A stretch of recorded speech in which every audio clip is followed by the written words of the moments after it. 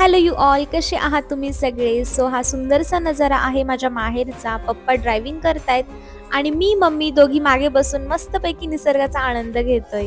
हा vlog shoot केला पण एडिट करायचा राहिला आणि त्यामुळे पोस्टही झाला नाही. सो आज मी तुमच्यासोबत शेअर करते. तर आम्ही तिघही आलोय नाशिक जिल्ह्यातील सटाणा तालुक्यातील अंतापूर ह्या गावी.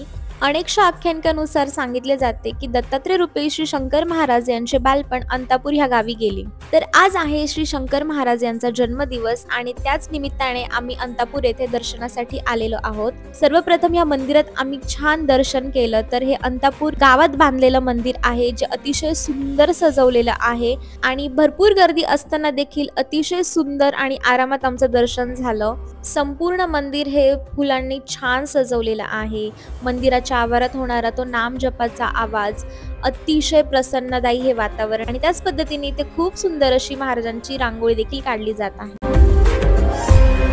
गावात असलेल्या महाराजांच्या मंदिराचं दर्शन झाल्यानंतर आम्ही निघालो मठाकडे. तर अंतापूर येथेच अगदी 2 ते 3 किलोमीटरच्या अंतरावर महाराजांचा मठ आहे. महाराजांचा मठ देखील खूप सुंदर सजवलेला आहे आणि भजन कीर्तनाचा तो आवाज, त्यानंतर प्रत्येक भक्ताची एक महाराजांजवळ असलेली आपली इच्छा आणि ते वातावरण बघून अतिशय प्रसन्नदायी वाटतंय. आणि मस्तपैकी दर्शन करून प्रसाद घेऊन आम्ही निघालो परतीच्या वाटेला. मंदिरात मम्मीचे स्टुडंट्सही मम्मीला भेटले. जागतिक वारसा स्थळांच्या यादीत समाविष्ट असलेल्या 12 किल्ल्यांपैकी महाराजांचा हा साल्हेर किल्ला आणि माझी माहेरची भूमी ही साल्हेर किल्ल्याच्या पायथ्याशी आहे, याचा मला नेहमीच अभिमान आहे. चला मग भेटूया एका नवीन ब्लॉग सोबत. तोपर्यंत बाय.